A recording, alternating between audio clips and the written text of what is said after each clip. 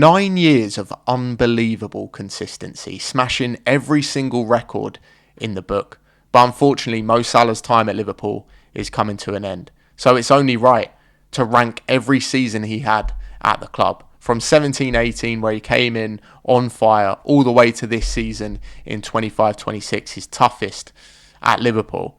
Let's see what we can do. We've got 4 categories here. We've got GOAT, we've got Untouchable, we've got Elite, and we've got Below Par. I need to get this right. I need to do this legend justice. Of course, there's only one place to start. He signed from Roma in the summer of 2017 with not too much expectation. He had been in the Premier League before with Chelsea. It didn't really work out, but what we were met with was just ridiculous. He exploded. 44 goals in his first season. And you know what? It could have been more. And that's the reason why it's not the best version for me of Salah. He could have had more. He was slightly rash in front of goal. And that's crazy to say when you score 44 goals. I mean, his good work didn't lead Liverpool to any trophies that year. We got to the Champions League final. He got injured in that one, obviously, through that Ramos challenge. But yeah, I think that's the icing on the cake when you lead your team to a trophy. I think he matured more later on in his Liverpool career, but there's no doubt it is one of his best. Probably his second best, I'd say. Second best season for Liverpool. It's going to go in Untouchable. We're going to hold off on that GOAT. The next season was 18-19 when Liverpool became the complete package. And as a result, I think Salah, took a hit individually. Of course, he was one of our key players, had so many great moments in this season. You think of the goal against Chelsea, scored in the Champions League final, which we obviously went on to win, European champions. Our defence was locked with Van Dijk and Alisson. But, statistically, it is one of his worst years at the club. And he won a Golden Boot. 22 goals that year, shared it with Sadio Mane and Aubameyang. So, for me, it's still a very good season, especially when you look at the team's accolades. But individually, I think he's had better. It's still no doubt elite. That's going in elite. 19-20 again was quite similar, actually. Probably the 2 best seasons of Jurgen Klopp's tenure at Liverpool. And Salah individually didn't really excel. Of course, he still got over 20 goals in all competitions, I believe. Was chasing down that Golden Boot towards the end of the year, but didn't get it. Still had some really, really big moments. I think of that Arsenal game early on in the season where he ripped David Luiz apart and slotted it into the bottom corner. Obviously, his goal against Man United as well, with Alisson setting that one up. So, yeah, I think 18-19 and 19-20, I actually combine the 2. And therefore, it's still elite, no doubt, but we've got better to come. 2020/21, COVID football. I tried to remove everything about this season out of my memory because it was so painful as a Liverpool fan, but Salah really stood up. And this goes under the radar. 31 goals in all competitions. When we were struggling, whenever we needed a goal, it was always him, even pulling us back in games at times. For me, this is better than 18-19 and 19-20. Just probably won't be remembered as much because, behind closed doors football, it was a really tough watch. But, yeah, amazing. I remember that Leeds hat-trick on the first day, the Old Trafford counter-attack goal to kind of get us top 4 right at the end of the season. We did go on a bit of a charge, and he was right at the front and centre of that. So I'm going Untouchable. 21-22. Now, this is in the holy trinity of Salah seasons at Liverpool. I've mentioned one already, 17-18. This is in there as well. We'll come to the other one in a minute. I'm sure you can guess which season that is. But, I mean, how he started this year. He was the best player in the world. October 2021, Mohamed Salah, the run that he went on. I think it was the Atletico Madrid game where he scored 2 away from home, the Watford game, the Man City game at home, and then he goes to Old Trafford and scores a hat-trick. I mean, we were watching just a complete freak, and I think everything combined for him in that month. I think that's the highest peak he hit in terms of one single month. He had the explosiveness from 17-18, the pace, the strength, but then he was starting to get that playmaker gene in as well, just ruthless in front of goal, clinical finishing, 31 goals in all competitions. Again, it should have been more. That injury when he went to AFCON really set him back and he didn't finish the season as well as he could. Still won, PFA Player of the Year though. It's a ridiculous season from him and, that game at Old Trafford will always live in our memories. I'm going untouchable. It's not GOAT. 22-23. Again, a shocking season for Liverpool overall, really. But Salah got 30 goals. 30 goals in 3 consecutive seasons. 2 of those weren't very good for us as a club, especially for our standards back then. And he done it without Mane that year because he left in the summer on the free transfer, and Firmino was winding down, not playing as much. Darwin Núñez came in. It was a dysfunctional Liverpool team who were blowing out from the season before when we chased down that quadruple. But it didn't affect Salah. He was the only one really who kept his standards. By far, it was so clearly our best player.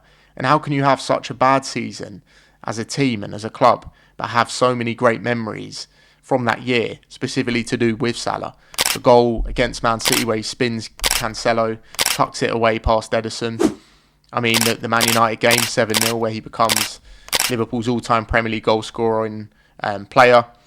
And then the hat-trick against Rangers, I think that's another one. You know, he in the space of a few minutes, he came on and just destroyed them. I get it's Rangers, but this is what this guy could do. Never dropped his standards, and for me, this is not going in elite. This is untouchable. Bosh. 23-24. Now, he started this season really, really well, as did Liverpool in general. We were playing some really good stuff. Liverpool 2.0 with that new midfield. And I think we started to see the first signs of him really becoming a proper playmaker in terms of the assists. Some of the passes he was providing, always, you know, outside of the boot or into that channel to Darwin Núñez. We would see that in the next season, 24-25, which we'll shortly come on to. But yeah, he got 25 goals in all competitions again. I mean, for a season which isn't remembered that much for Salah, that's the thing. You don't remember him in these kind of seasons. Then you look at the numbers and you realise he got over 20, near 25 goals all the time. I mean, it's just crazy. He didn't end the season very well.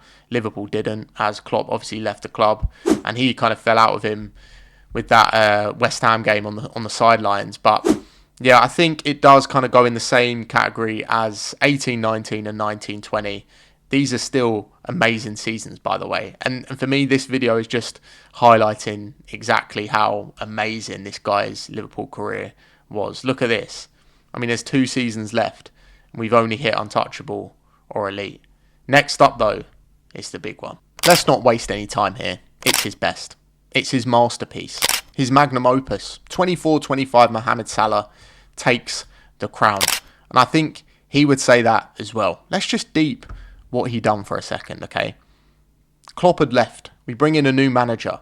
Everyone thinks it's going to be a transitional season. We do well to qualify for top 4. Yet a few months later, we're lifting the title in a fully packed Anfield, sunny day, all because of him, essentially. It was the biggest carry job in Premier League history. 29 goals, 18 assists. He won PFA Player of the Year. He won Golden Boot. He won Playmaker of the Year as well. For a Liverpool team that wasn't that good, 84 points. I know we could have got more towards the end and we didn't win a game after we confirmed it against Tottenham, but some of the stuff he was doing for us, every game it was a cheat code. Every game it was cash money, 1 goal, 1 assist, minimum. It's up there with Haaland 22-23. It's up there with Henry 02-03. It's up there with Suarez 13-14 as well. It might actually be the best of the lot. And when I look back on that season, I'm just so proud of all of the memories that he gave us, amongst the other players as well. But we're talking about Salah alone here. I think it's his best. But unfortunately, what goes up must come down. And what we've had this season, 25-26, hasn't been that same Salah. I'd be a fool to say he hasn't declined. He has. But I think there's been other, aspects to it as well. I think his confidence has been hit. Tactically, been left hung out to dry by Slot on occasions. Obviously, they've fallen out. Kind of been made a scapegoat at certain times. Defensively, he was the issue apparently, but we've removed him out of the team. There's still issues. I mean, the passing of Diogo Jota, his close mate as well. It's the only season where we can say we've been disappointed by him. But when he's done all of this, his body of work speaks for itself. Below par is there for a reason, and unfortunately, this season it does go in there. So 1 season out of 9, which wasn't the best or was poor. Debatable whether it is even poor, to be honest, because G&A wise, I mean, it's Mohamed Salah. He'll be clearing some of your favourite wingers this season alone, which says a lot. But yeah, I can understand why he does want to leave this club. And like I say, it goes in below par. So there we have it, guys. There is the full and final tier list for Mohamed Salah's seasons at Liverpool. Not bad, is it? Look at the legacy this man has left behind. It's a legend, a living legend. One of the greatest players we've seen play for our club. One of the greatest players we've seen in this country as well.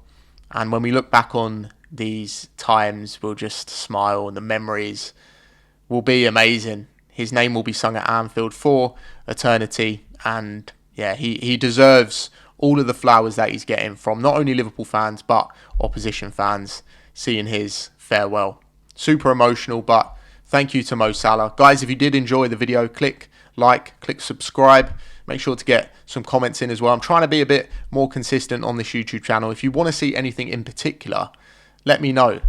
Give me that motivation I need. But we will be back for another video anytime soon. Big up yourself. Take care.